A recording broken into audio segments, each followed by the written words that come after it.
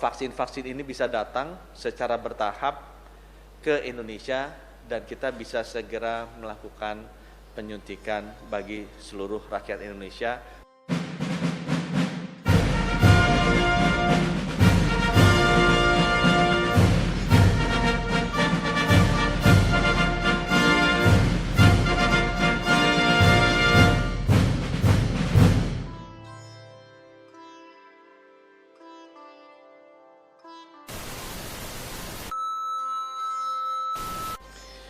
Bapak Ibu rekan media, dari 269 juta rakyat Indonesia, kalau kita ingin mengejar herd immunity usia di atas 18 tahun, ada 188 juta orang.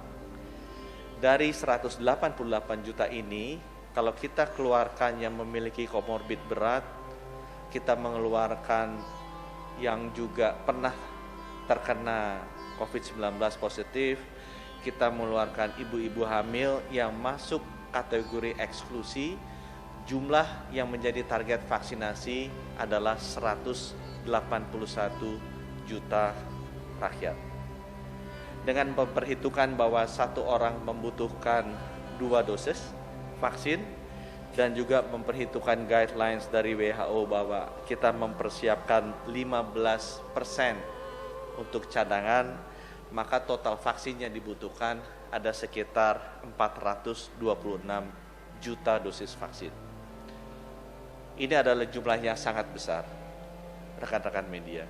Dan untuk itu, pemerintah sudah berusaha keras untuk memastikan bahwa kita bisa mengamankan jumlah ini.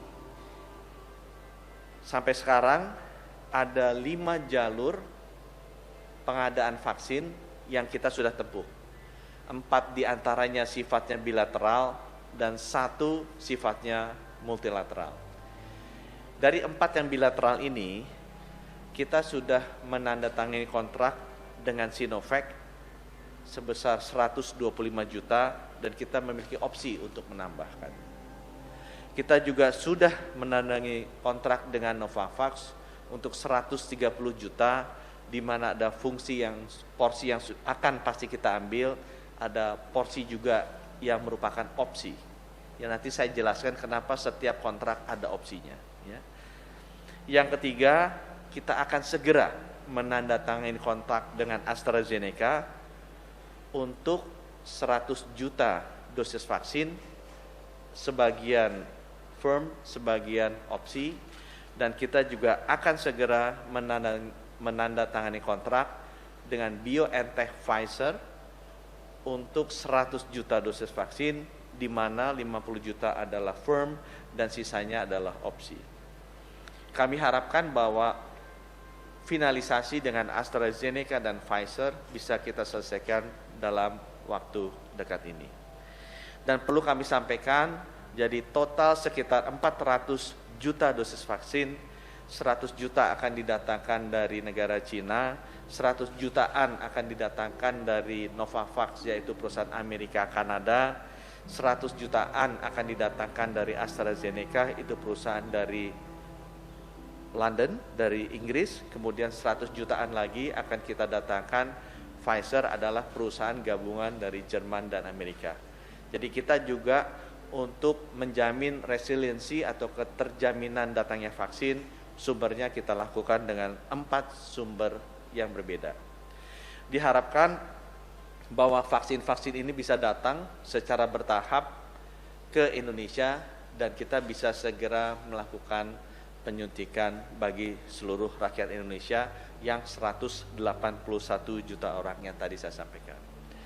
Nah, hal yang penting yang saya ingin garis bawahi di sini adalah kita ada kerjasama multilateral dengan institusi yang namanya Gavi, merupakan bagian dari WHO, di mana mereka memberikan vaksin yang sifatnya gratis.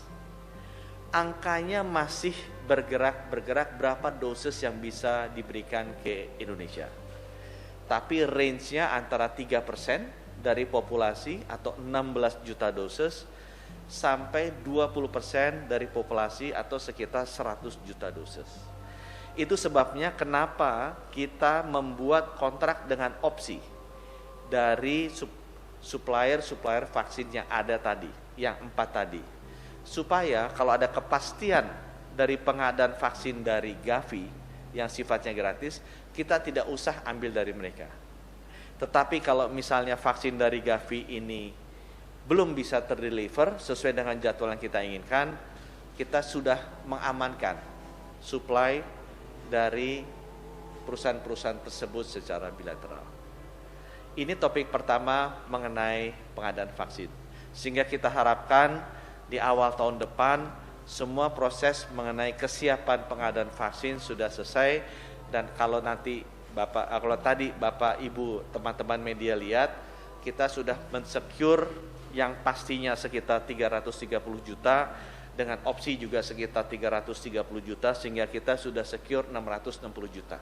Kita ada buffer yang cukup kalau ada beberapa sumber yang kemudian gagal di uji klinisnya atau juga tertunda proses delivery-nya.